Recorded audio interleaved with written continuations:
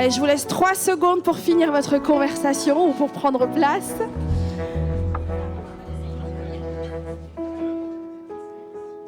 Bonjour tout le monde, est-ce que vous allez bien? Gloire à Dieu, si vous allez bien. Et si vous êtes un peu fatigué ou un peu malade, ne vous inquiétez pas. Je suis sûre que ça ne va pas vous empêcher de louer et d'adorer ce matin, n'est-ce pas? Amen. Amen. Là où est l'Esprit de Dieu, il y a la liberté.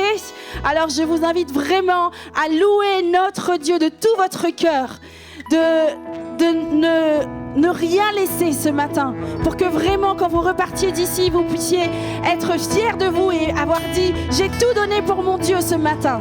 Alors si vous êtes d'accord, dites-le à votre voisin « Je vais louer Dieu ce matin ».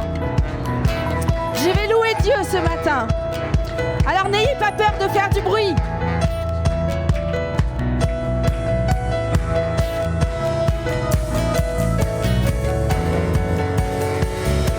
Mes soucis je laisse loin, je me tourne vers tes mains. À toi je remets mon être entier, Jésus. Mes mains sont tendues vers toi, croyant que tout vient de toi. Je sais que tout ce que tu as pour moi est bon, c'est bon, car voici le jour que tu as fait. Il est pour moi un sujet de joie, car voici le jour que tu as fait. Il est pour moi un sujet de joie. Non, je n'aurai pas peur pour demain. Mon espérance est en toi. Oh, voici le jour. Oh, oh, oh, oh, oh, oh, oh, oh. Je laisse loin, je ne doute plus de rien. À toi je remets ma volonté, Jésus. Mes mains sont tendues vers toi, croyant que tout vient de toi. Je sais que tout ce que tu as pour moi est bon, si bon, car voici le jour que tu as fait. Il est pour moi un sujet de joie. Oh, voici le jour que tu as fait. Oh, il est pour moi un sujet de joie. Non, je n'aurai pas peur pour demain. Mon espérance est en toi. Voici le jour. Oh, oh, oh, oh, oh, oh. On va le reprendre, mes craintes, je laisse loin. Mes craintes, je laisse. Oh, je ne doute plus de rien ce matin. Je ne doute plus de rien. À toi je remets ma volonté, À Jésus. toi je remets ma volonté, Jésus. Et en signe de reconnaissance, tendons nos mains. Sont tendus vers toi. Oui, nous nous attendons à toi ce matin, Seigneur. De toi. Je sais que tout ce que tu as pour moi est bon, c'est bon. Voici le jour que tu as fait. Il est pour moi un sujet de joie. Oh, voici le jour que tu as fait. Il est pour moi un sujet de joie. Non, je n'aurai pas peur pour demain. Mon espérance est en toi. Oh, voici le jour. Oh, oh, oh, oh, oh, oh, oh, oh. Pour toi, Seigneur, je vivrai. Pour toi, Seigneur, je vivrai. Pour toi, Seigneur, je vivrai. Pour toi, Seigneur, je vivrai. Fondé sur ta vérité. Fondé sur ta vérité. Pour toi, Seigneur. Pour toi,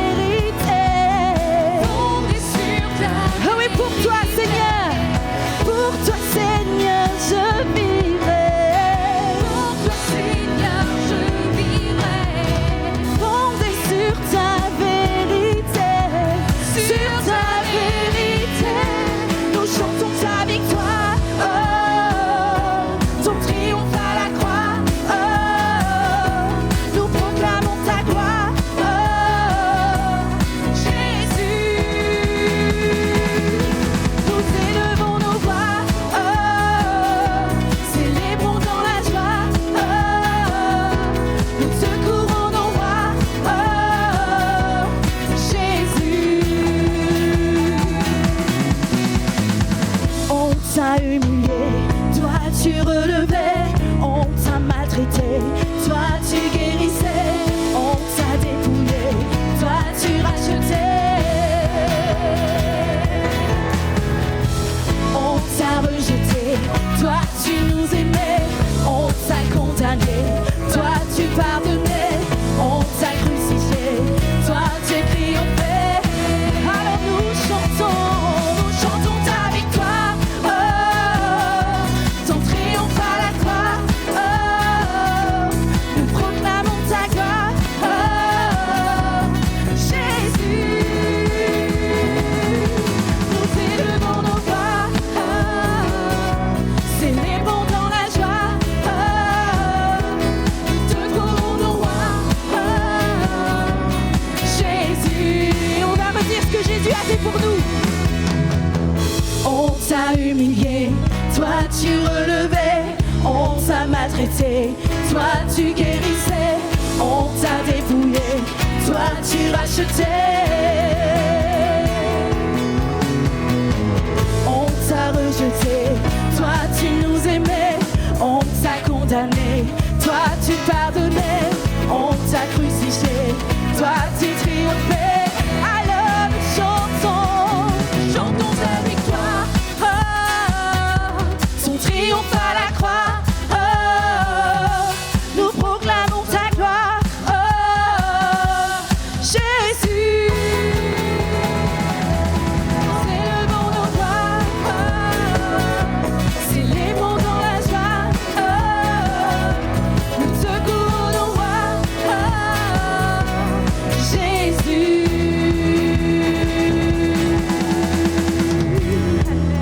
Amen. Est-ce qu'il n'est pas merveilleux notre Jésus?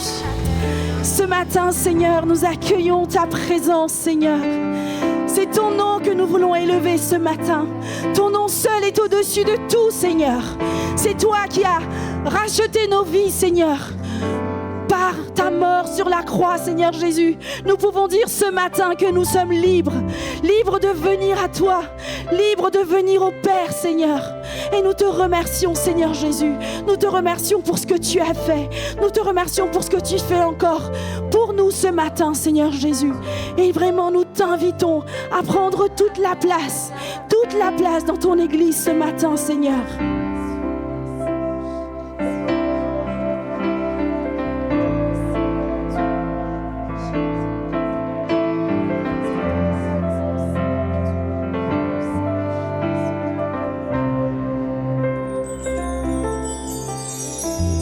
Nous déclarons que ton esprit est dans ce lieu. Nous allons voir la gloire de Dieu, car Jésus-Christ est là.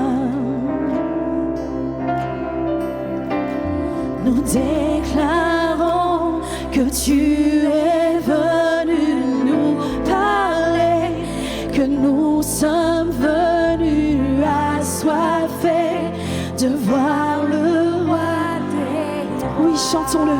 Nous déclarons, Seigneur, que ton esprit est là. Nous déclarons que ton esprit est dans ce lieu. Nous allons voir la gloire de Dieu, car Jésus-Christ est là. Nous déclarons que tu es venu nous parler, que nous sommes venus assoiffés de voir le roi des rois. Alors fais cette prière avec nous. Prends la place, Jésus. Prends la place, Jésus. Prends la place, prends la place, prends toute la place. Encore une fois, prends la place, prends toute la place. Prends la place, Jésus. Oui, prends la place, Jésus. Prends la place, prends la place, prends toute la place. Nous déclarons que ton esprit est dans ce lieu.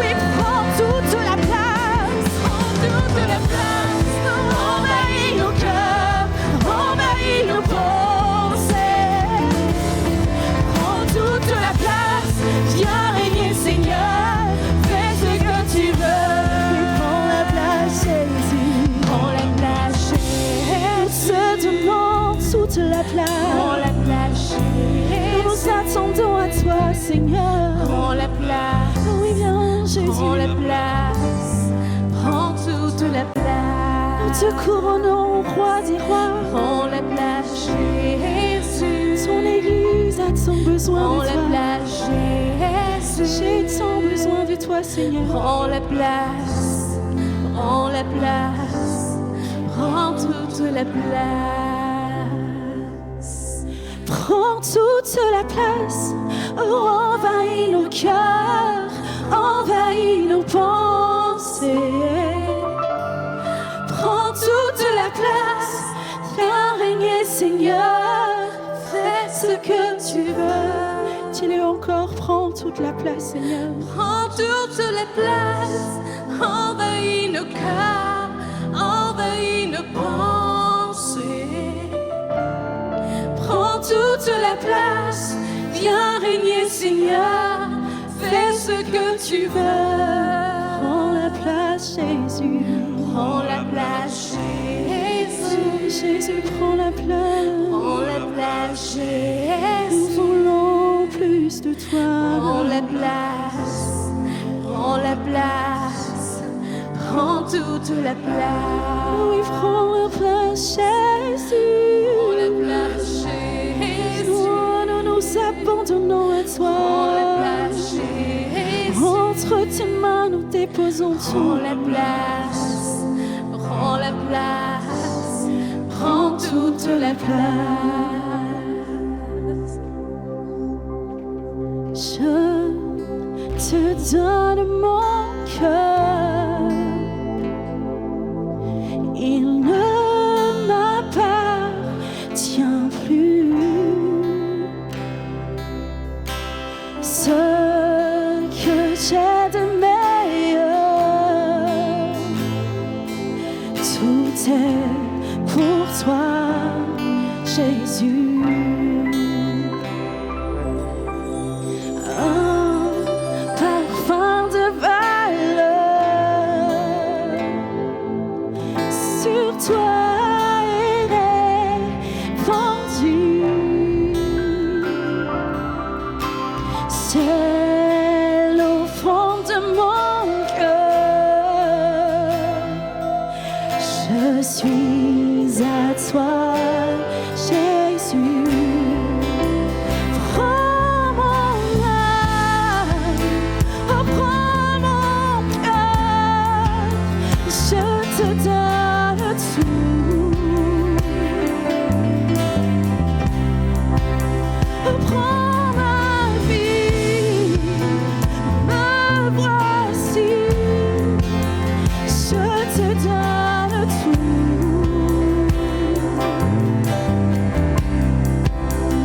Mon cœur est à toi. Tout à toi.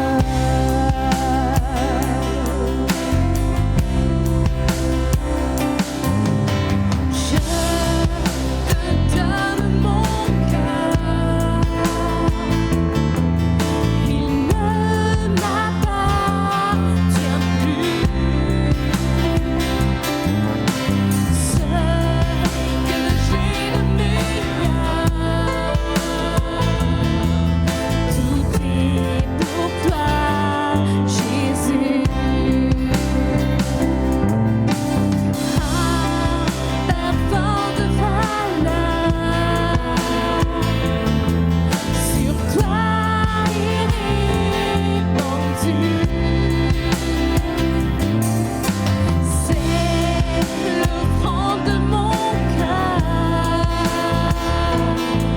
Je suis à toi, Jésus. Prends mon âme, prends mon Prends ma vie, Prends ma vie, oui, me voici. me voici. Je te donne tout. Dis-lui, mon cœur est à toi. Mon cœur est à toi. Tout à toi. Prenons un moment sœurs, pour réaliser combien Dieu nous a créés. Dieu nous a créés parce qu'il nous désirait. Dieu nous a créés parce qu'il nous aimait. Tout ce que tu peux donner à Dieu qu'il n'a pas, c'est ta louange ce matin. Tout ce que tu peux donner à Dieu ce matin, c'est ta vie. Il te veut. Alors ce matin, si tu le désires, prononce ces paroles. Prononce ces paroles, qu'elles ne soient pas juste un chant, mais que vraiment tu puisses réaliser que quand on donne tout à Dieu, Dieu s'occupe de nous. Dieu prend soin de nous. Dieu est bon, nous l'avons chanté. Dieu est bon. Prends mon âme, prends mon cœur, je te donne tout.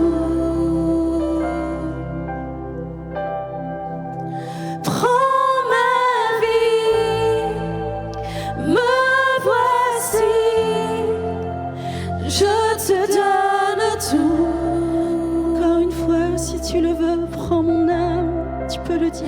Prends mon âme, prends mon cœur, je te donne tout.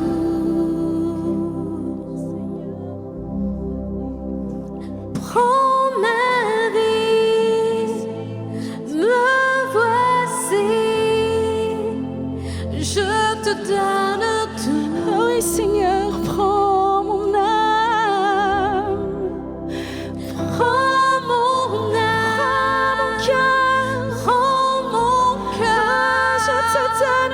Je te donne tout. Prends ma vie. Prends ma vie. Me voici, Seigneur. Me voici. Je t'abandonne tout. Je te donne tout. Mon cœur est à toi. Mon cœur est à toi. Tout à toi. Mon cœur est à toi. Mon cœur est à toi. Tout à toi. Est-ce qu'on peut encore lui dire mon cœur est à toi, Seigneur? Mon cœur est à toi. Tout à toi. Et que tous ceux qui ont expérimenté la bonté de Dieu puissent témoigner que donner sa vie à Dieu, c'est une grâce. Puissent témoigner que donner sa vie à Dieu, c'est un soulagement. Alléluia, Seigneur. Merci, mon Dieu. Merci de t'être révélé à moi, Seigneur, mon Dieu. Merci parce que je suis sauvée, Seigneur. Et je sais que ma vie a de la valeur pour toi, Seigneur Jésus. Ma vie a de la valeur pour toi, Seigneur. Et je prie, Seigneur Jésus, pour que le monde puisse ressentir, puisse goûter à ton amour, Seigneur. Puisse goûter à quel point tu es bon, mon Dieu. Merci, Père éternel, merci. Seigneur Tout-Puissant, nous voulons vraiment élever. Car Dieu a tant aimé le monde qu'il a donné son Fils, afin que quiconque croit en lui ait la vie éternelle. Son Fils Jésus, c'est lui que nous adorons. C'est l'amour de Dieu manifesté pour chacun de nous. Ce nom Jésus, ce nom est puissant. Ce nom est merveilleux. Ce nom est glorieux. En lui, nous avons la vie. En lui, nous avons la vie. Amen.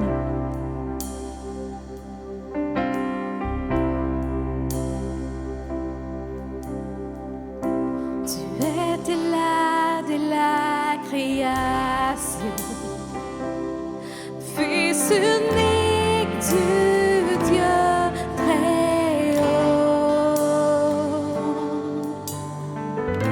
Les mystères de ta gloire révélés en toi, Christ, notre Seigneur. Oh, ce nom est si merveilleux. Oh, ce nom est si merveilleux.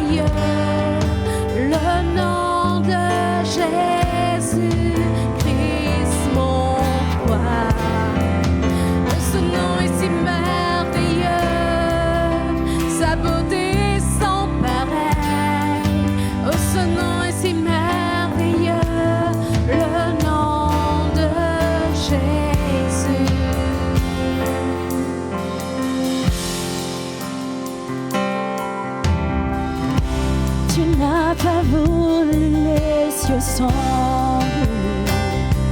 Alors Jésus, tu es venu.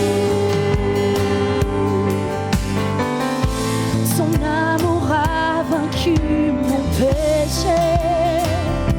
Plus rien ne peut nous séparer. Oh, ce nom est si glorieux. Oh, ce nom est si glorieux. Le nom de Jésus-Christ, mon roi. Oh, ce nom est si glorieux. Sa beauté sans pareil. Oh, ce nom est si glorieux. Le nom de Jésus. La terre a tremblé. Le voile s'est déchiré, désarmant la mort et le péché. Les cieux chantent ta gloire, l'écho de ta victoire, car tu es le roi ressuscité. Tu es sans rival, tu es sans égal, Dieu du triomphe à tout jamais. À toi soit le règne, à toi soit la gloire, car ton nom surpasse toute la terre a tremblé. Oh, la terre a tremblé, le voile s'est déchiré, désarmant la mort et le péché. Les cieux chantent ta gloire, l'écho de ta victoire, car tu es le roi ressuscité. Oui, tu es sans rival. Tu es sans rival, tu es sans égal, Dieu tu triomphes à tout jamais. Alors à toi soit le règne, à toi soit la gloire, à toi soit la gloire, car son nom surpasse tout autre nom. Oh, ce nom est victorieux. Oh, ce nom est victorieux. Le nom de Jésus-Christ, mon roi. Oh, ce nom est victorieux. Sa puissance est sans pareil. Oh, ce nom est victorieux. Le nom. Oh, ce nom est victorieux. Oh, ce nom est victorieux. Oh, ce nom est victorieux. Le nom de Jésus-Christ, mon roi. Oh, ce nom est victorieux. Sa puissance est sans pareil. Oh, ce nom est victorieux. Le nom de Jésus. Il y a puissance dans le nom de Jésus. Chante-le, il y a puissance. Dans le nom de Jésus. Oh oui, il y a une puissance dans son nom. Il y a puissance dans le nom de Jésus. Pour briser les chaînes, pour briser les chaînes, briser les chaînes, pour briser les chaînes, briser les chaînes, briser les. Chantons-le, il y a une puissance. Il y a une puissance dans le nom de Jésus.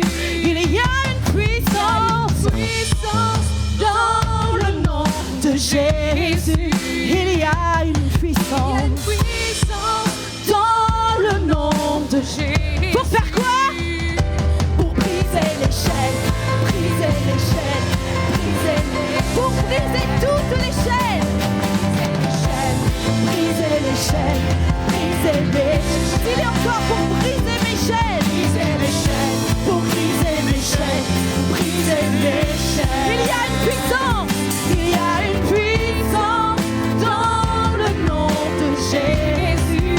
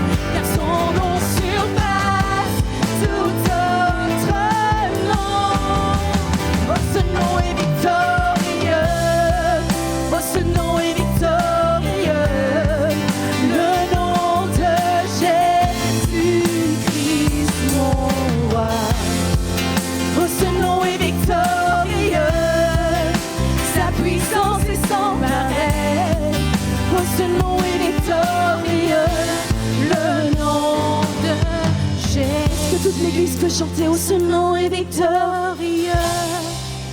Ce nom est victorieux. Le nom de Jésus-Christ, mon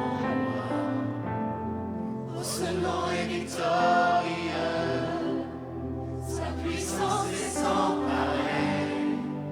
Ce nom est victorieux. Le nom de Jésus. Oh, ce nom est victorieux.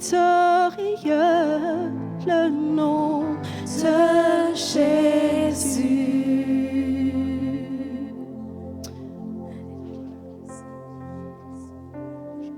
Et je vais inviter ceux qui ont été désignés pour partager la Sainte Seine.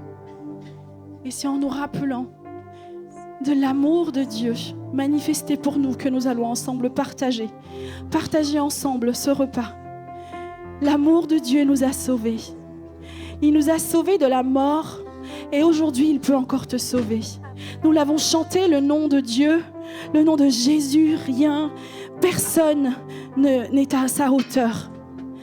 Personne, rien n'est à sa hauteur. Merci mon Dieu. Merci Seigneur. Nous allons passer au temps de nos offrandes. Et nous allons continuer de louer notre Dieu. Et on vous invite vraiment à chanter la bonté de Dieu ce matin.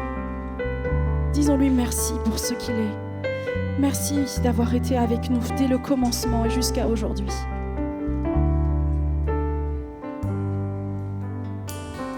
Je t'aime Seigneur, ta bonté ne faillit jamais. Chaque jour tu me tiens dans tes mains. Du moment où je me lève, oh, jusqu'à mon coucher, je chanterai la bonté de mon Dieu. Disons-lui encore, je t'aime Seigneur. Je t'aime Seigneur, ta bonté ne faillit jamais. Ta bonté ne faillit jamais. Chaque jour, tu me tiens dans tes mains. Du moment où je me lève et jusqu'à mon coucher, je chanterai la bonté de mon Dieu. Et chantons toute ma vie. Toute ma vie, tu as été fidèle. Toute ma vie, tu as été si bon. De tout le souffle qui est en moi, je chanterai la bonté de mon Dieu.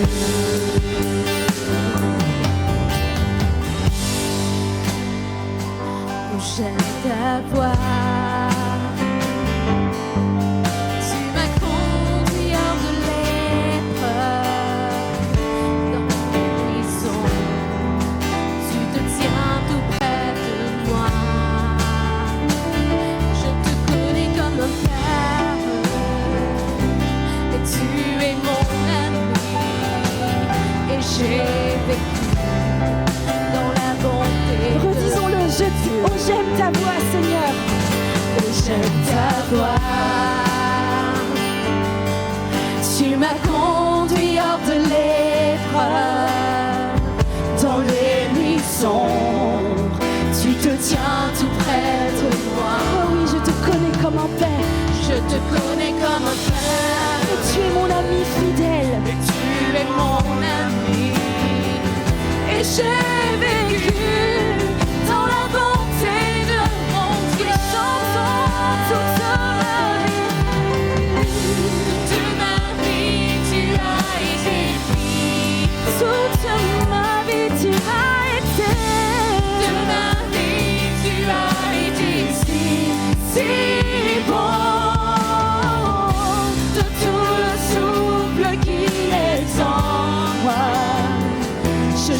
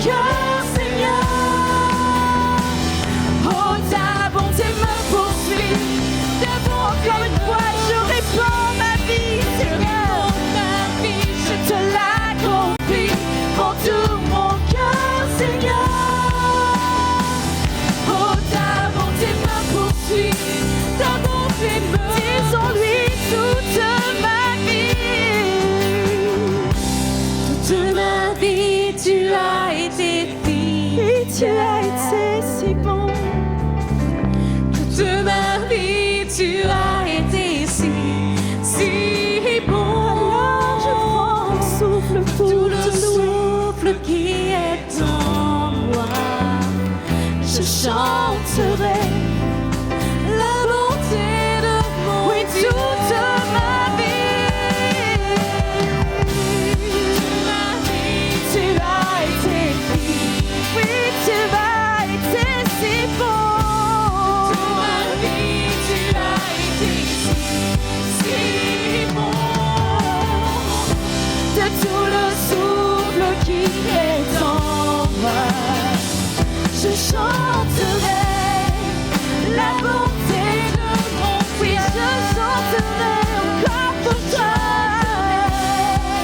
la bonté de mon Dieu. Je chanterai à tout jamais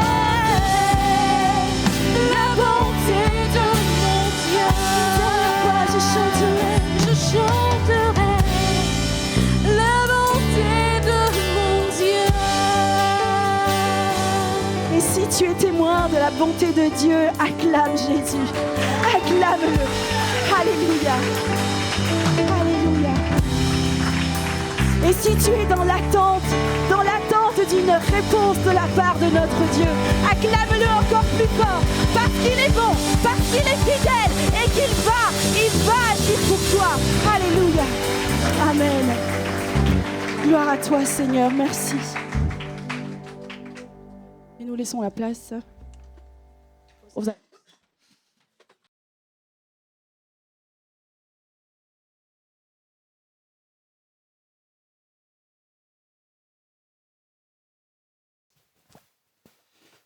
Je vais prier pour le temps de la parole maintenant. Seigneur, je te prie que cette parole puisse venir nous enseigner ce matin, que tu parles au travers de ton esprit, que ça soit toi qui conduise, Seigneur mon Dieu, ce temps d'échange, ce temps de parole. Inspire, Saint-Esprit, et parle au travers de ma bouche, Seigneur, et que vraiment nous puissions repartir de ce lieu avec une parole de toi, un enseignement de toi, qui va, Seigneur, et bien fortifier notre foi, dans le nom de Jésus. Amen. Voilà, je suis très content d'être là aujourd'hui. Vous savez, on est revenu depuis le mois de septembre, 1er septembre, et en fait, on est encore donc, dans la formation pastorale avec Marie-Valérie. Donc, on a la joie de venir quelques fois, puisqu'on continue encore à visiter les églises de Thouars et de Loudun. Voilà, pour ceux qui ne le savaient pas. Donc, c'est pour ça qu'on n'est pas là tous les dimanches. On sera là encore dimanche prochain. Mais si je vous dis ça, c'est parce que j'aimerais juste donner un petit témoignage, parce que j'ai entendu que Dieu est le Dieu des miracles, le Dieu qui guérit, et à Thouars, que ce soit à Thouars ou Loudun, on l'a expérimenté. On a une sœur qui est arrivée un dimanche, elle était pas bien, elle était malade, elle n'arrivait même pas à parler. Pour vous dire, on l'entendait même pas. Et en fait, elle a fait l'effort de venir à l'église le matin et elle est ressortie guérie. Même elle était étonnée. Elle est venue me voir à la fin, elle m'a dit « mais... je me suis pas rendu compte que je parlais maintenant et que là, j'ai plus de douleur, j'ai plus rien. » Donc, Dieu guérit encore aujourd'hui. Ça pour vous dire que nous avons un Dieu qui est vivant, un Dieu qui est puissant, un Dieu qui agit, un Dieu qui accomplit des miracles, que ce soit dans nos corps physiques, personnellement, mais aussi, c'est le Dieu des couples. Amen. Parce que vous le savez, on est encore sur cette thématique-là, sur le couple, notamment sur l'éthique chrétienne, pardon. Voilà, alors, on va continuer sur ce sujet ce matin, et je vais juste vous afficher une image. À quoi ça vous fait penser, cette image ? Un bureau ? Rentrée scolaire, j'ai entendu. Comment, l'école ? Ok. Le bazar. Oui, on est d'accord. Ça représente quand même la rentrée scolaire. Bon, je sais que c'est passé déjà, ça fait quelques jours, mais on est encore au mois de septembre. Hein, ok. Alors, si je vous montre cette image, cette photo, c'est parce qu'en fait, il y a toute une préparation qui se fait autour du sac, autour du cartable. D'accord ? Pour ceux qui ont des enfants, vous savez comment c'est. Alors, on achète un nouveau cartable, on met voilà, tout ça, les fournitures. Et en fait, il y a toute une petite euphorie qui se fait au niveau du sac. Mais vous serez d'accord avec moi que les besoins en fourniture scolaire ne sont pas les mêmes en fonction des classes. Vous comprenez ? Un enfant qui rentre en maternelle, dans son sac, qu'est-ce qu'il va avoir ? Un petit doudou, des mouchoirs en papier, un petit goûter peut-être, du rechange au cas où, voilà. Mais un enfant qui rentre au collège, est-ce qu'il va encore avoir ce genre d'outils dans son sac ? Non. Bien sûr, il va se fournir en fourniture qui est adaptée par rapport à la classe, par rapport aux besoins, par rapport à ce nouvel environnement où il va arriver. Et moi, je crois particulièrement que c'est la même chose pour nous dans un couple. Un couple, c'est une nouvelle étape. Et en fait, depuis notre naissance, c'est comme si, je l'avais déjà évoqué, je crois, mardi soir, c'est comme si depuis notre naissance, on a un sac avec nous. Okay ? On avance dans la vie, on grandit, et en fait, dans ce sac, on remplit toutes sortes de choses. Notre éducation, les situations malheureuses, tristes, les bonnes situations, les expériences que nous avons vécues. Et en fait, on marche comme ça avec ce sac et on entasse tout, on entasse. Mais à partir du moment où on rentre en couple, est-ce que vous pensez qu'il est bon de garder ce sac ? Chargé de notre passé, chargé de nos expériences, chargé bien de tout ce que la vie nous a fait vivre.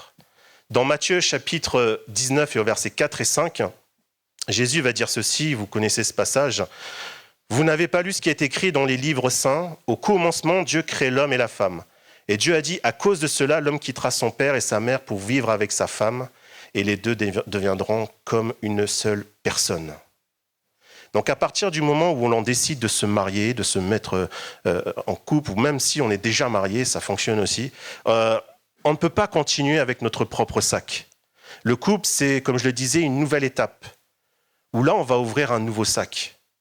Et chacun de nous, on va prendre nos outils et se regarder, se concerter, se dire, tiens, moi, je veux mettre ça dans ce sac, parce que ça peut nous servir dans notre chemin, dans notre vie. Et c'est une étape très importante qui demande de penser autrement qu'à soi-même. Ça va forcément demander des ajustements, des renoncements à certaines habitudes, comme les soirées entre potes par exemple, ou entre copines. Il faudra se mettre d'accord aussi sur plusieurs sujets qui sont sensibles. Vous savez que dans un couple, il y a des sujets qui sont très sensibles et si ce n'est pas au clair, ça peut partir au conflit.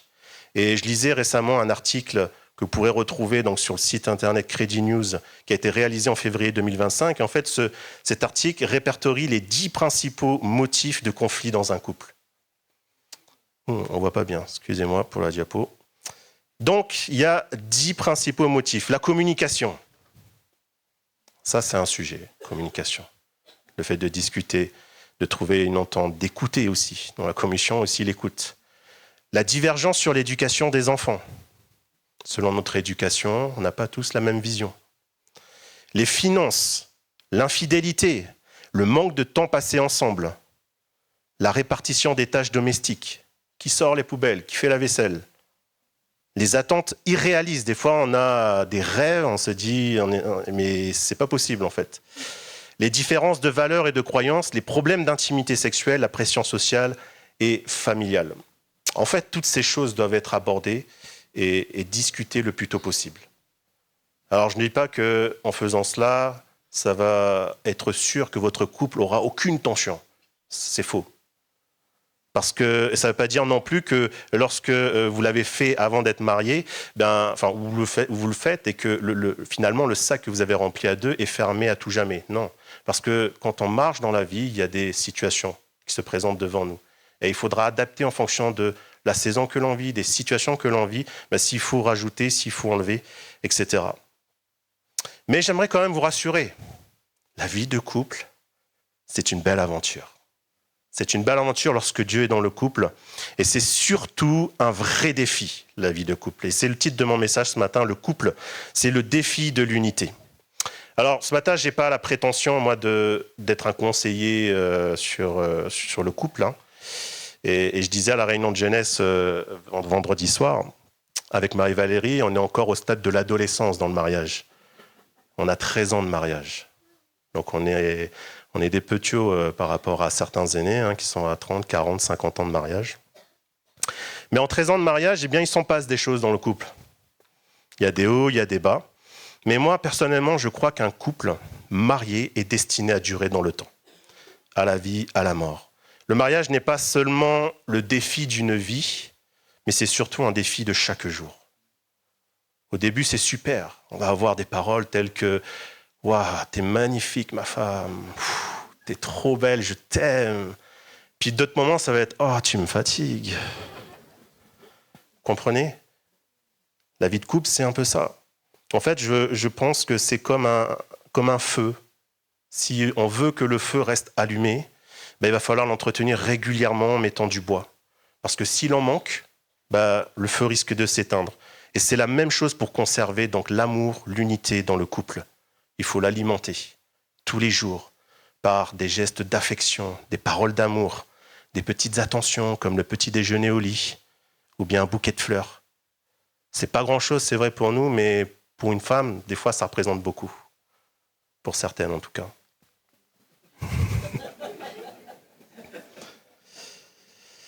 Tout ça pour dire que lorsqu'on regarde à la parole de Dieu, l'une des premières choses qu'on peut apprendre dans la Bible, malgré la création, dans la Genèse, par rapport à la création, c'est ce qu'on trouve dans Genèse chapitre 2. C'est lorsque le serpent va arriver. Le serpent, entre guillemets, le diable. Ok ? Et en fait, son objectif, au diable, c'est de séparer le couple. C'était ça son objectif finalement. C'est pour ça qu'il est venu. Et il ne s'est pas gêné avec le premier couple de l'humanité, Adam et Ève, qui représente la volonté de Dieu pour le couple. Et en fait, ce que Dieu unit, le diable, lui, souhaite le diviser. Le diable sait qu'en divisant un couple, ça va briser des familles. Et que si des familles sont brisées, alors ça impacte la société, mais aussi l'Église. Et ça amène forcément à de grandes souffrances et des traumatismes. Mais Dieu est bon parce que Dieu est celui qui restaure les familles brisées. Alors, ce matin, c'est vraiment un message d'encouragement que j'aimerais vous apporter. Si vous êtes mariés depuis peu, comme nous, ça fait que 13 ans depuis des années, ou bien que vous aspirez à l'être, franchement, je vous encourage, battez-vous pour votre couple, autant que vous pouvez. Dans une bonne forme d'équilibre, je parle. Persévérez parce que le diable, lui, rôde comme un lion, cherchant qui il pourra dévorer, cherchant aussi un couple qu'il pourra diviser. Et il n'hésitera pas à attaquer. Et si, je sais qu'on n'est pas tous en couple, si vous êtes seul, si vous êtes veuve ou veuf, moi je vous encourage à prier pour les couples, à être des intercesseurs pour les couples, à être une bénédiction pour eux. Donc, depuis qu'on est sur cette thématique, l'éthique chrétienne du couple, j'ai eu l'occasion de regarder et d'aborder plusieurs couples dans la Bible et en tirer des enseignements. Et je ne vais pas déroger à la règle ce matin. Je vais continuer avec ça et je vais prendre un couple en particulier qui, malheureusement, a mal fini. Et c'est le couple d'Assuérus et Vashti, un couple divisé. Cette histoire, on la trouve dans Esther, chapitre 1 et au verset 1 à 9. Je vais faire la lecture. Donc, écoutez bien. C'était du temps d'Assuérus et de cet Assuérus qui régnait depuis l'Inde jusqu'en Éthiopie sur 127 provinces. Et le roi Assuérus était alors assis sur son trône royal à Suse, dans la capitale. La 3e année de son règne, il fit un festin à tous ses princes et à ses serviteurs. Les commandants de l'armée des Perses et des Mèdes, les grands et les chefs des provinces furent réunis en sa présence. Il montra la splendide richesse de son royaume et l'éclatante magnificence de sa grandeur pendant nombre de jours, pendant 180 jours. Lorsque ces jours furent écoulés, le roi fit pour tout le peuple qui se trouvait à Suse, la capitale, depuis le plus grand jusqu'au plus petit, un festin qui dura 7 jours dans la cour du jardin de la maison royale. Des tentures blanches, vertes et bleues étaient attachées par des cordons de bisu et de pourpre et à des anneaux d'argent et à des colonnes de marbre. Des lits d'or et d'argent reposaient sur un pavé de porphyre, de marbre, de nacre et de pierre noire. On servait à boire dans des vases d'or de différentes espèces. Il y avait abondance de vin royal, grâce à la libéralité du roi.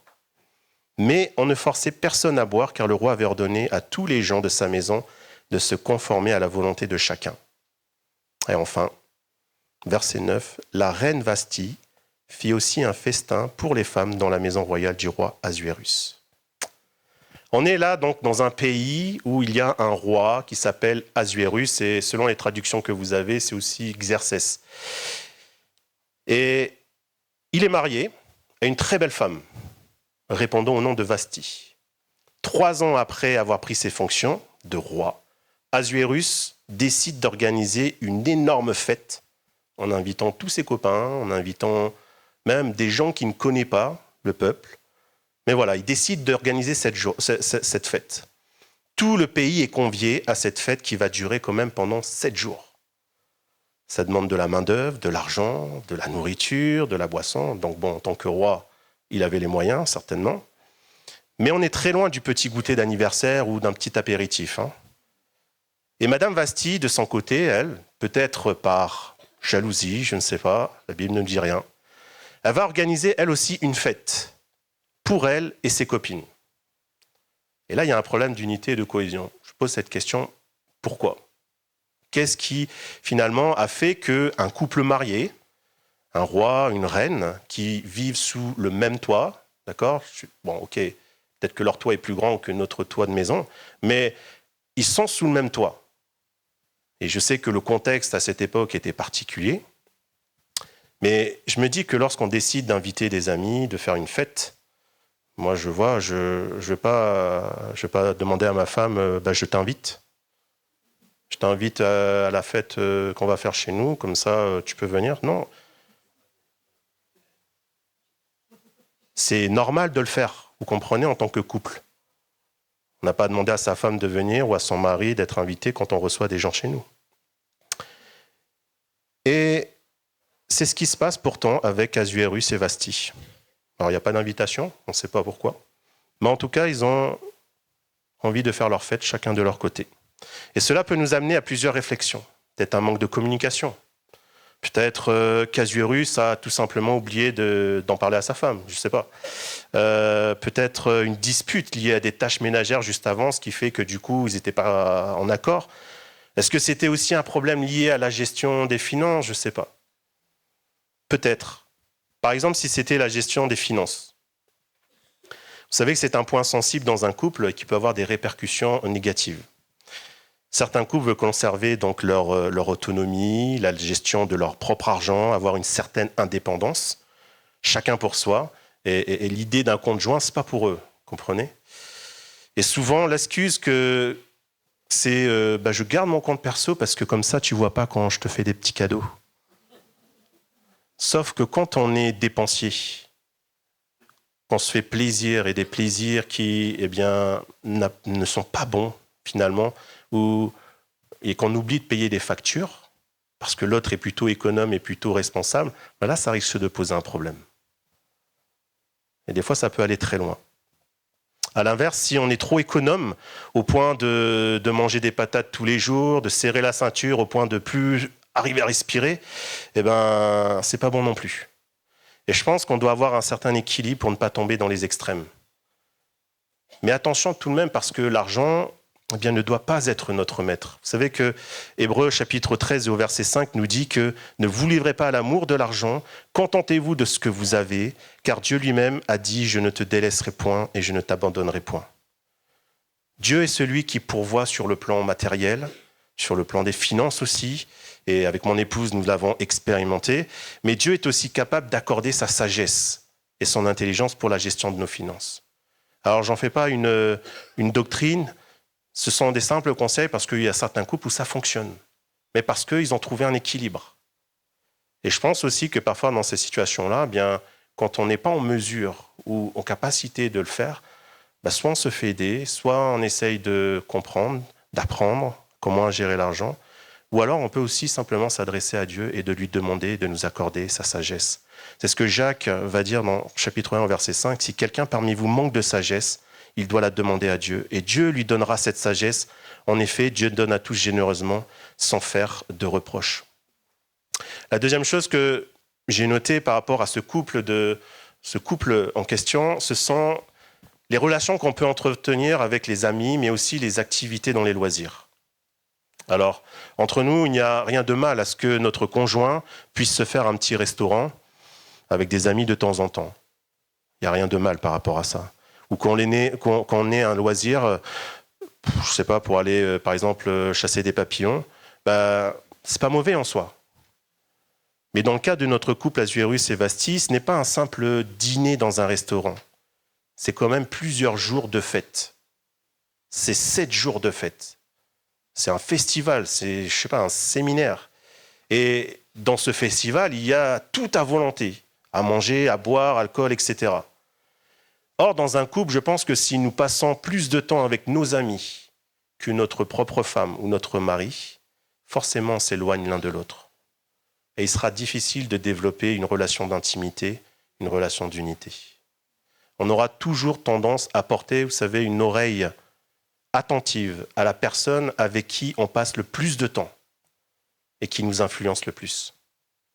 Et c'est ce qui s'est passé avec Assuérus, parce que le passage nous dit qu'au dernier jour, dans le texte, pas qu'on a lu, mais plus tard, on nous dit qu'au dernier jour de sa fête, donc le 7e jour, il va demander à ses conseillers de faire venir sa femme pour simplement montrer sa beauté. Alors, comme s'il n'était pas capable d'aller la chercher lui-même, mais il demande à ses conseillers de le faire, bref, particulier. Mais le pire dans l'histoire, c'est que Madame Vasti va refuser de venir. Et là, ça va déclencher une colère énorme. Une grande colère chez Assuérus. À tel point, même là, dans ce moment-là, je pense que le mieux, ça aurait été qu'il aille la voir directement, peut-être pour échanger, pour comprendre, mais non, il ne va pas faire ça. Le premier réflexe qu'il va avoir, c'est quoi? Il va aller voir ses conseillers. Et il va demander, qu'est-ce qu'on fait? C'est fou quand même. C'est sûr que lorsqu'on passe plus de temps avec des personnes, on aura plus tendance à aller vers eux lorsqu'on a une situation de conflit, de tension. Et en plus, ces amis-là, qu'est-ce qu'ils vont lui conseiller? Ils vont lui dire, non mais vas-y, pardonne-la. Va la voir, t'inquiète pas, je pense qu'il faut que peut-être vous resserrez les liens entre vous. Non, non, qu'est-ce qu'ils vont dire ces amis? Ils vont lui dire, écoute, ça risque d'avoir des conséquences plus graves, parce que c'est quand même ta femme, c'est quand même la reine, et elle a osé, en fait, te refuser un ordre. Donc, ce qu'ils ont pensé, tout simplement, c'était de la répudier. Ils lui ont dit, écoute, fais une loi et divorce, quoi. C'est ça, en fait, ce qu'ils ont demandé. Super les conseils. Super les amis. Et un Corinthien, Paul dira aux Corinthiens, dans le chapitre 15, au verset 33, « Attention, les mauvais amis poussent à faire le mal. » Et je pense que pour préserver l'unité de notre couple, l'amour dans notre couple, nous avons aussi besoin de veiller à choisir les bonnes personnes que nous côtoyons. Soyons attirés par des personnes qui vont nous encourager, nous emmener vers le haut, plutôt que des personnes qui vont tout faire pour que notre couple éclate. Certaines personnes, vous savez, comme des collègues de travail, ça peut être des pièges pour notre couple. Je ne dis pas qu'il n'y a que ça, mais souvent on travaille tous, et on est une bonne majeure partie de notre temps au travail. Et vous savez, à la fin de la journée, on vous dit viens boire un petit verre, c'est juste un petit verre. Tranquille, pas de problème, petit verre. Sauf que ce petit verre, des fois, il se transforme en soirée. Et après, en soirée, il se transforme en week-end. Puis après, ça se transforme en semaine, en vacances. Et puis, vous savez, quand vous êtes avec ces personnes où on n'est pas en phase même avec la foi, dans leur discours, ça parle de sujets, entre guillemets, du monde, de critiques, de moqueries. Et ces mêmes personnes, vous savez, elles peuvent être à l'écoute, à votre écoute. Elles peuvent être là, oui, je t'écoute, vas-y. Elles peuvent même avoir des paroles mielleuses. Vous savez, des paroles d'un semblant de bonne volonté qui ne vont pas hésiter à vous dire « Moi, à ta place, je divorce ». Psaume chapitre 1, au verset 1 et 2, il nous est dit « Voici l'homme heureux. Il n'écoute pas les conseils des gens mauvais. Il ne suit pas l'exemple de ceux qui font le mal. Il ne s'assoit pas avec les moqueurs. Au contraire, il aime l'enseignement du Seigneur et le redit jour et nuit dans son cœur. » Entourons-nous de personnes qui prient pour notre couple, qui nous encouragent, qui nous soutiennent, qui nous apportent aussi de bons conseils. Prions Dieu et sachons aussi prendre du temps avec notre conjoint, avec notre épouse, notre époux. Et n'hésitons pas, s'il le faut, parce que les enfants, parfois, ça prend beaucoup de temps sur la vie de couple, à les faire garder. Ou bien essayons aussi d'innover dans nos rencontres avec nos épouses, faire des choses nouvelles, par exemple. Et bien sûr, j'ai là ici, je ne parle pas de situations compliquées où là, il y a atteinte à la vie. Quand il y a une atteinte à la vie personnelle, soit du conjoint ou des enfants, il y a des décisions qui sont nécessaires. Des fois, la séparation, elle est nécessaire. La troisième chose que j'ai notée, c'est... Oh là. Désolé pour le PowerPoint. Je pensais que... La troisième chose que j'ai notée, c'est qu'au travers de ce couple, on voit qu'il y a une compréhension erronée du véritable amour. À l'époque du roi Ahasuérus, les coutumes, elles étaient spéciales, de sorte que la loi interdisait à toute personne de voir le roi, sans qu'il en ait donné l'autorisation. Et sa femme Vasthi, eh bien, pensez-vous qu'elle était aussi exempte de cette loi? Ben non, elle aussi, elle devait demander l'autorisation. Et cette loi, je dirais une loi un peu pernicieuse, bien, je me dis qu'elle aurait pu quand même être abolie.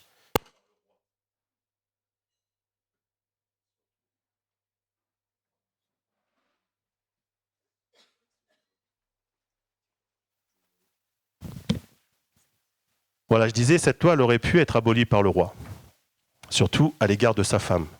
Il aurait pu peut-être faire une petite entorse, une petite faveur envers sa femme.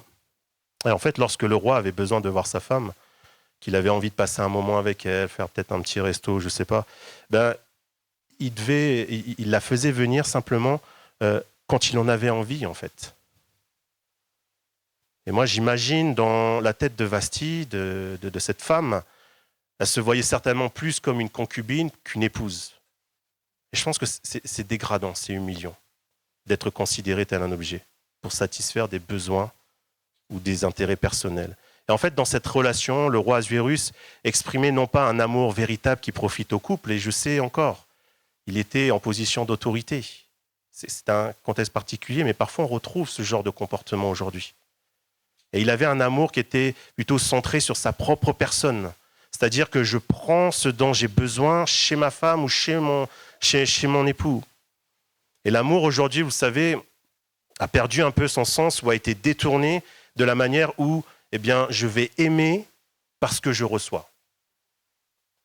Et ça m'a fait penser à une histoire que j'ai écoutée, que j'ai entendue là récemment, au sujet d'un rabbin qui va s'adresser à un petit jeune qui est en train de manger du poisson au bord de la rivière.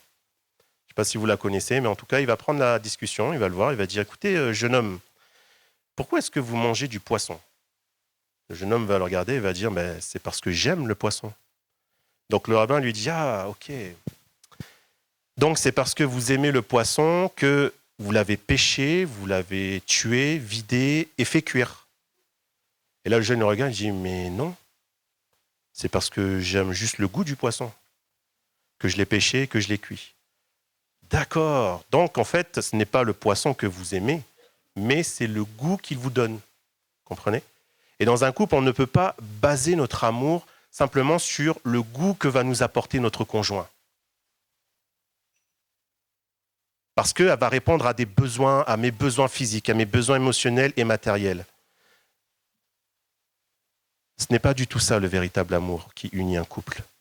Jésus dira dans Jean chapitre 15 au verset 13, « Si quelqu'un donne sa vie pour ses amis, c'est la plus grande preuve d'amour. Le véritable amour n'est pas ce que je reçois, mais c'est ce que je donne. » Notre conjoint ne doit pas être la personne à qui l'on ne va pas, doit être la personne à qui on ne va pas hésiter à donner du temps, à donner de l'attention, donner de l'écoute, de l'affection et de l'amour. Et la plus belle preuve d'amour pour nous en tant qu'enfants de Dieu, ça a été que Christ ait donné sa propre vie pour nous. Il n'a pas attendu de savoir si tu es bon, si tu n'es pas bon. Non, on était mauvais. Et son œuvre à la croix, sa mort à la croix a été faite avant même qu'on décide de le choisir. C'est lui qui nous a choisis, c'est lui qui a pris cette décision de nous aimer au point d'offrir sa propre vie. La dernière chose que j'ai notée par rapport à ce couple, c'est qu'il y avait aussi peut-être une mauvaise perception du rôle de chacun entre l'un et l'autre. Parce que, comme je le disais, le statut d'Ahasuérus lui conférait une certaine autorité. Je dirais que c'est plus peut-être de l'autoritarisme dans le cadre de ses fonctions de roi, parce qu'il dominait clairement son pays. Il disait quelque chose, on faisait. Une parole et les gens écoutaient, obéissaient. Mais je dirais que cette forme d'autoritarisme n'était pas compatible avec sa vie de couple. On voit bien qu'il exerce ce même pouvoir dans son pays avec sa femme. Et ça, je pense que c'est une mauvaise perception aussi de son rôle en tant qu'époux qui peut aussi nous toucher dans notre couple. Une mauvaise perception des rôles de chacun dans un couple amène à des conflits et à une forme d'esclavage et à ne plus vivre finalement l'unité. Selon Dieu, vous savez, le mari et la femme sont destinés à être ensemble. Mais malgré tout, ils ont des rôles bien définis. Ils ne forment qu'une seule chair, mais ils ont des rôles bien définis. Et c'est pour ça que Adam, quand il s'est réveillé, il a reconnu Ève. Elle était différente de lui. Donc il y a des principes auxquels on ne peut pas déroger à cela, c'est qu'on a chacun un rôle qui est complémentaire. Vous connaissez ce passage, le mari est le chef de la femme comme Christ est le chef de l'Église. Le mari a une certaine autorité qui doit être saine. Il est à la tête, ce qui implique qu'il a des responsabilités, non pas d'asservissement ou une forme d'autoritarisme, mais il a des responsabilités pour prendre soin de son épouse, de veiller sur elle, de pourvoir à ses besoins, de l'aimer, comme Christ a aimé l'Église et s'est livré lui-même en sacrifice pour elle. C'est ce que et Jésus va rajouter, va dire aussi dans Jean chapitre 7 au verset 37 et 38, et j'aime bien ça. Si quelqu'un a soif, il peut venir à moi et boire. Celui qui croit en moi, des fleuves d'eau couleront de son cœur, et cette eau donne la vie. Donc si en tant qu'époux, notre exemple c'est Christ. Christ est la source d'eau vive. Donc automatiquement, nous en tant que mari, en tant qu'époux, on doit aussi être cette source. Et la question qu'on peut se poser, c'est de quel goût, quel est le goût de notre source dans notre couple? Est-ce que nous apportons une source d'amertume, une source de conflit, de tension, ou alors est-ce que nous sommes une source de bénédiction et de vie pour notre couple? La femme, de son côté, elle, a été créée pour qu'elle soit vraiment une aide pour l'homme. Et ce n'est pas une aide pour le ménage ou pour faire la cuisine, ce n'est pas du tout dans ce sens. Dieu va dire qu'il n'est pas bon que l'homme reste seul, je lui ferai une aide. Et en fait, quand on s'intéresse un peu au texte hébreu, texte grec, le mot aide dans la Genèse, en hébreu, c'est le mot ézer. Et en fait, ézer, ça veut dire aide, mais ça veut dire aussi secours. Et ce même mot, on le trouve dans le psaume 121. J'ai mis 1, mais je crois que je me suis trompé. C'est le psaume 121, chapitre 1, verset 2. « Je lève les yeux vers les montagnes, qui pourra me secourir? Et le secours me vient du Seigneur qui a fait le ciel et la terre. » Et souvent, dans nos couples, les hommes, nous, on a du mal à exprimer quand ça ne va pas. On reste souvent silencieux. Ça dépend, mais en majorité, je pense qu'on doit être un peu comme ça. Et Dieu a créé en fait la femme pour qu'elle soit une véritable aide, comme un secours pour son mari. Enfin, dans ce couple, on voit que, par les conseils des amis du roi, il va y avoir une loi qui va être votée, interdisant donc à Vasti de se présenter devant son propre mari. Elle va être rejetée. Et c'est comme cela que, malheureusement, ce couple finit séparé. Et la séparation d'un couple marié est toujours tragique, parce que ça laisse des séquelles, ça laisse des souffrances, surtout quand il y a des enfants. Et comme je le disais, je ne parle pas de violence conjugale dans le couple, parce qu'il y a des moments où c'est vraiment nécessaire de se mettre en sécurité, parce que quand la vie est en danger, il vaut mieux se mettre à l'abri. Mais dans le couple d'Asuérus et Vasti, on voit que, malgré tout, il y a des choses aujourd'hui que nous pouvons vivre. Des situations de vie qui peuvent venir nous frapper. Et cela nous amène à considérer combien il est important pour nous de veiller à l'unité de notre couple, de veiller à ce que notre couple soit toujours sain, que l'amour de notre couple soit toujours renouvelé sans cesse, ainsi que l'unité. Alors je vais terminer avec ça, et Taïn, si tu peux juste venir, s'il te plaît.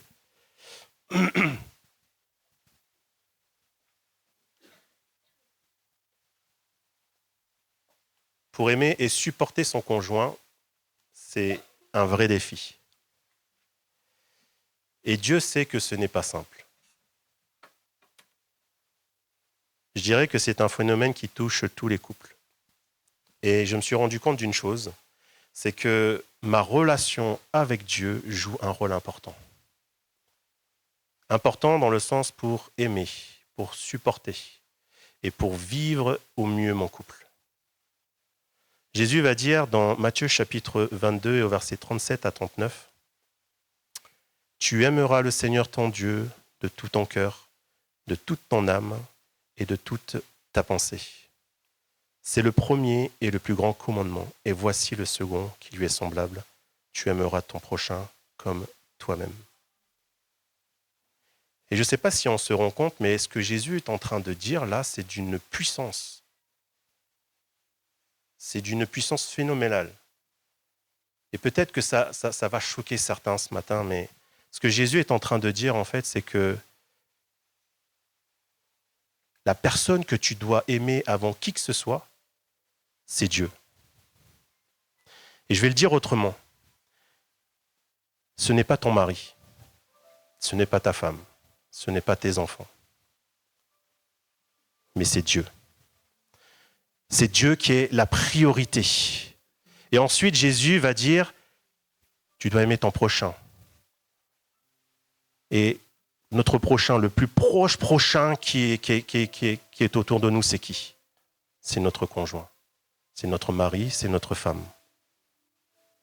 Et en fait, Jésus, s'il dit cela, c'est parce qu'il y a une dimension qu'on doit comprendre, c'est que lorsque on aime Dieu, de la manière dont il nous aime, qu'on développe une relation sincère avec lui, une relation de confiance, qu'on va transformer notre foi en confiance. Parce que la foi, vous savez, on peut venir le dimanche et avoir la foi. On peut prier, avoir la foi. Mais la foi, si elle reste telle qu'elle est, elle ne sert à rien. Et c'est pour ça qu'on a besoin de transformer notre foi en confiance. En confiance parce que lorsque je prie, j'ai confiance que Dieu agit dans ma vie.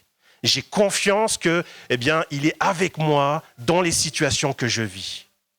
Et que peu importe ce qui m'arrivera, il sera avec moi. Et à partir du moment où on transforme notre foi en confiance, là, on développe une relation. Une relation avec Dieu. Et lorsque l'on développe cette relation avec Dieu, qu'on vit en ayant cette confiance animée par son amour, alors automatiquement, mon prochain, je vais l'aimer. D'un amour sincère, d'un amour véritable. Non pas d'un amour où je reçois, mais d'un amour où je vais donner. Parce que Dieu a tant aimé le monde qu'il a donné son Fils unique, Jésus, afin que quiconque croit en lui ait la vie éternelle.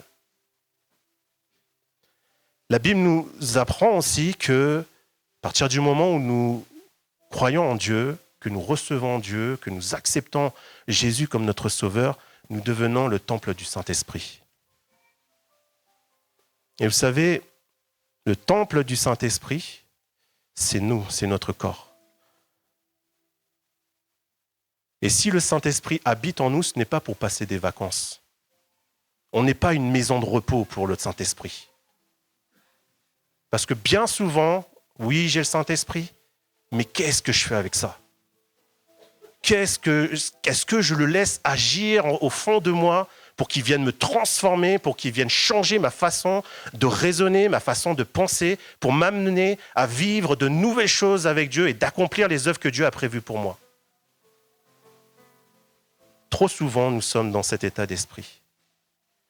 Et si Dieu a choisi notre corps comme le temple du Saint-Esprit, c'est parce qu'il y a un projet concret derrière. La personne du Saint-Esprit accomplit une œuvre qu'aucun médecin, qu'aucun chirurgien ne soit capable, c'est une transformation du cœur.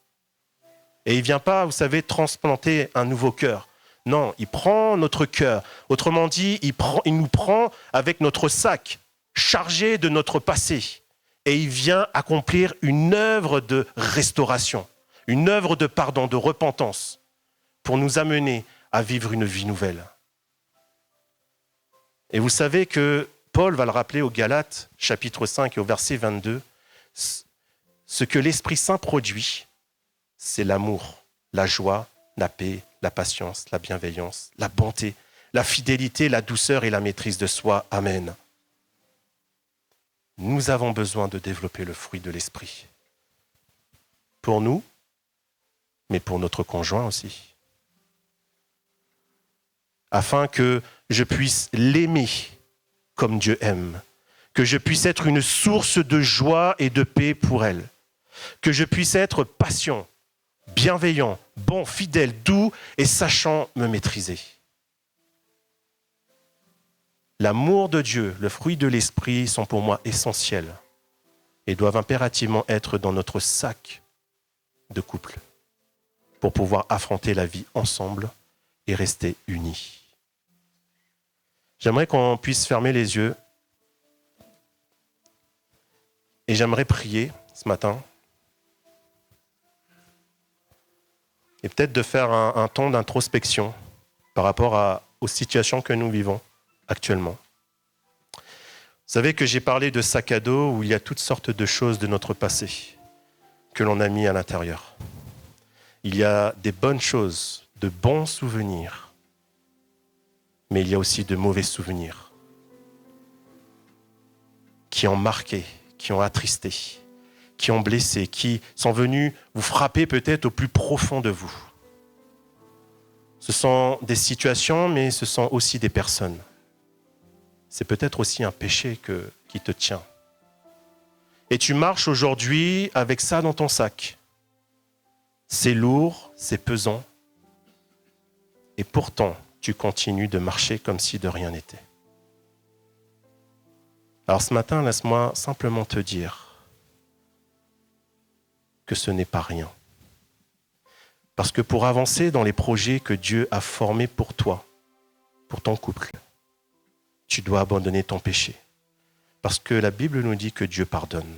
Et aujourd'hui, Dieu veut te pardonner. Tu as besoin peut-être de pardonner.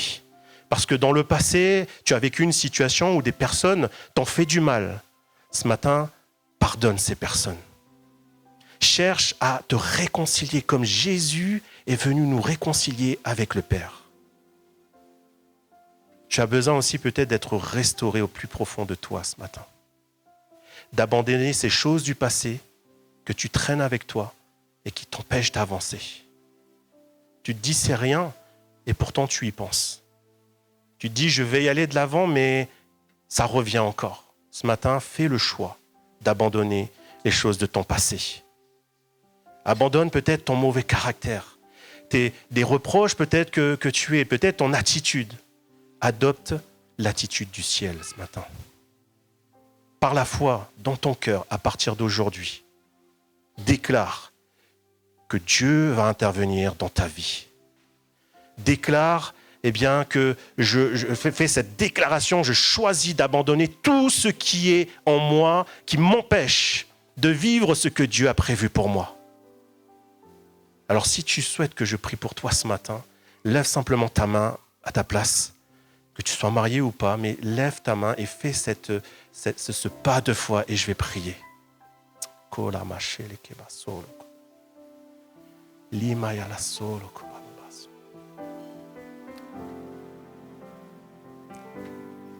Seigneur, je te prie pour ces mains levées. Plus que des mains qui se lèvent, ce sont des cœurs qui se lèvent. Alors, Saint-Esprit, interviens, je te le demande.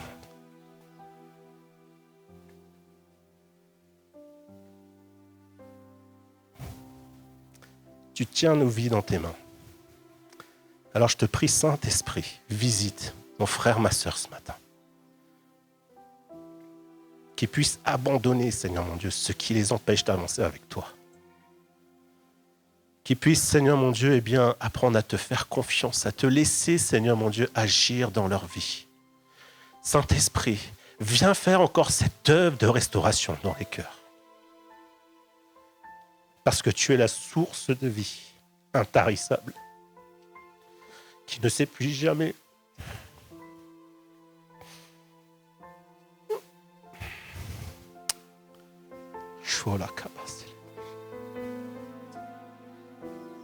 Merci pour ton œuvre à la croix, Seigneur mon Dieu. Accompagne, Seigneur, conduis mes frères et mes sœurs, Seigneur mon Dieu. à développer davantage une relation avec toi. Bénis les couples aussi, Seigneur mon Dieu. Pose tes mains, Seigneur mon Dieu, sur tes enfants ce matin. Je te prie, Seigneur mon Dieu, que tu encourages ceux et celles, Seigneur mon Dieu, qui sont en couple avec un inconverti aussi. Accorde-leur une grâce particulière. Et je te remercie parce que tu n'abandonnes pas tes enfants. Apprends-nous, Seigneur, à développer une relation, Seigneur mon Dieu, de confiance avec toi. Une relation, Seigneur mon Dieu, qui va nous permettre d'aimer comme toi tu nous as aimés. Seigneur mon Dieu, merci pour ton esprit qui vit en nous. Merci parce que, Seigneur mon Dieu, tu ne nous as pas laissés orphelins, mais tu as choisi d'habiter en nous par ton esprit. Alors je prie pour que mes frères, mes sœurs, Seigneur mon Dieu, soient des témoins puissants pour toi. Apporte, Seigneur, tout ce dont elles ont besoin. Accorde la restauration, la paix, la joie, Seigneur mon Dieu, la persévérance. Donne-leur de marcher avec foi en toi. Dans le bon nom de Jésus, j'ai prié. Amen. Amen. Voilà, que Dieu vous encourage, que Dieu vous bénisse.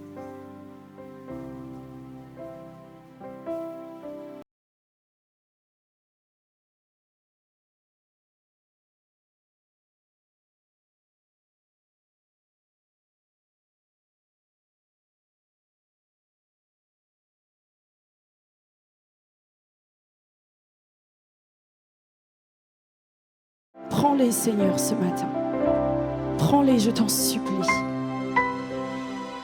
Et apporte à tous ceux qui ont besoin ce matin, Seigneur, la paix, l'amour, la joie, le véritable, qui ne vient que de toi. C'est notre prière, Seigneur.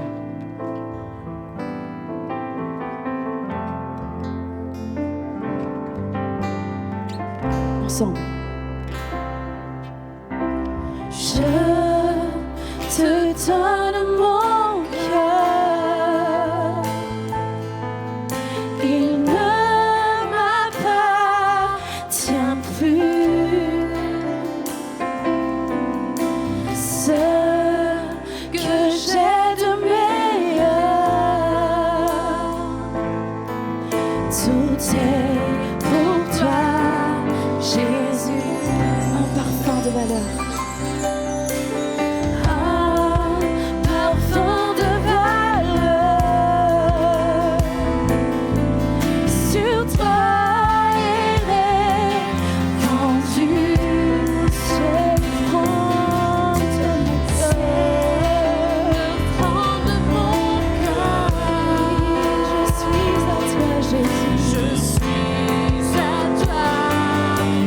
Alors chante-le.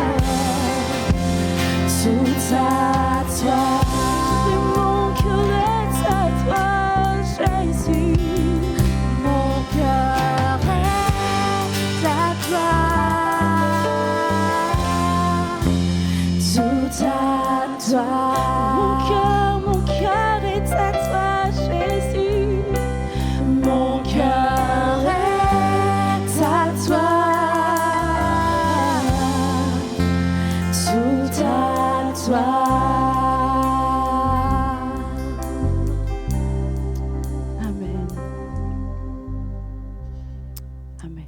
Amen. Amen. Amen.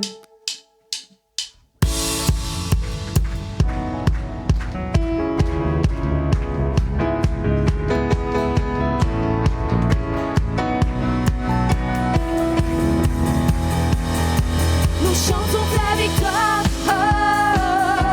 ton triomphe à la croix, nous proclamons ta gloire,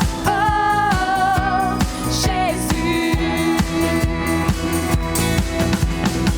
Les ors du ciel, tu t'es dépouillé, laissant ta gloire et l'éternité.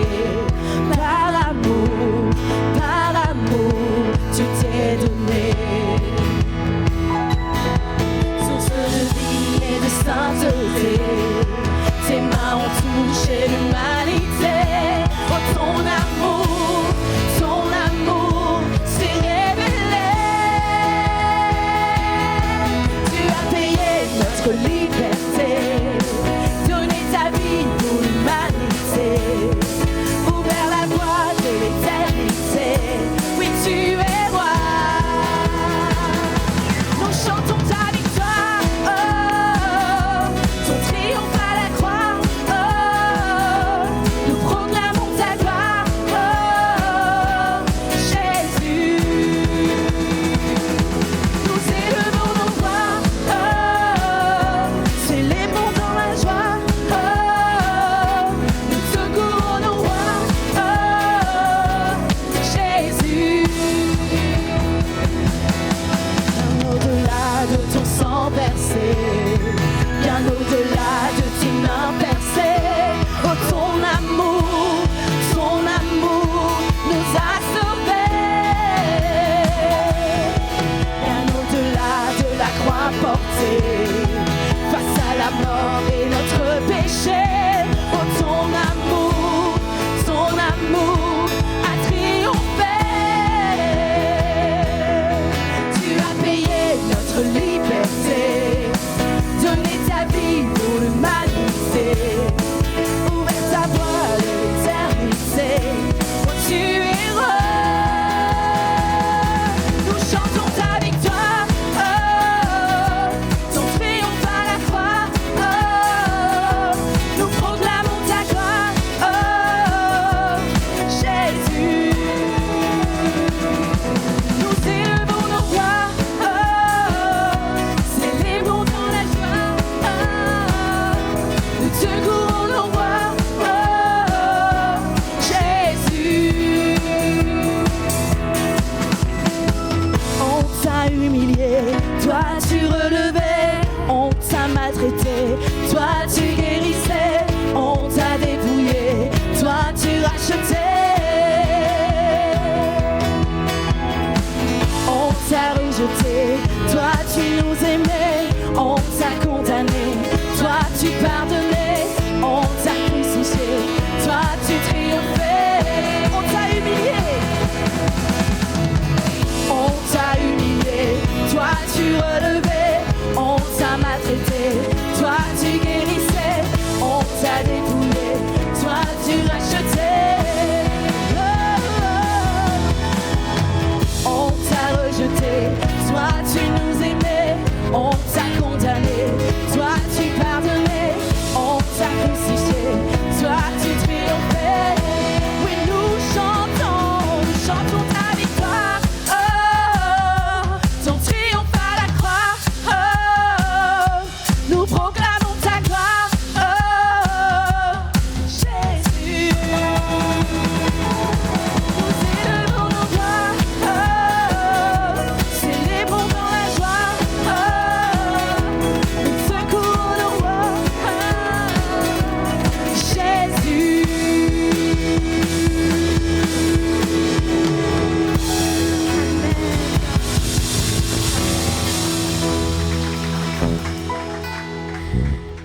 soit ton nom, Seigneur Jésus. Oui, nous proclamons ta gloire, Seigneur Jésus. Et c'est ce que nous voulons faire jour après jour, Seigneur mon Dieu, mon roi. De proclamer notre roi, Seigneur mon Dieu, mon roi. Notre réconfort, notre soutien, Seigneur Jésus, c'est toi, Seigneur mon Dieu. Et c'est toi qui es capable de nous remplir de ton amour, Seigneur mon Dieu. Alors oui, Seigneur Jésus, façonne-nous encore à ton image, Seigneur mon Dieu. Glorifie-toi au travers de nos vies, Seigneur mon Dieu, mon roi. Bénis, Seigneur Jésus, chaque famille, chaque couple, Seigneur, chaque personne, Seigneur mon Dieu, mon roi, qui est ici dans ce lieu, Seigneur mon Dieu, mon roi, et que chacun d'entre nous, Seigneur mon Dieu, nous puissions, Seigneur Jésus, chercher ta face, Seigneur mon Dieu, mon roi, et aller de l'avant avec toi, Seigneur mon Dieu, mon roi. Bénis encore chacun de nous durant cette semaine, Seigneur, et donne-nous de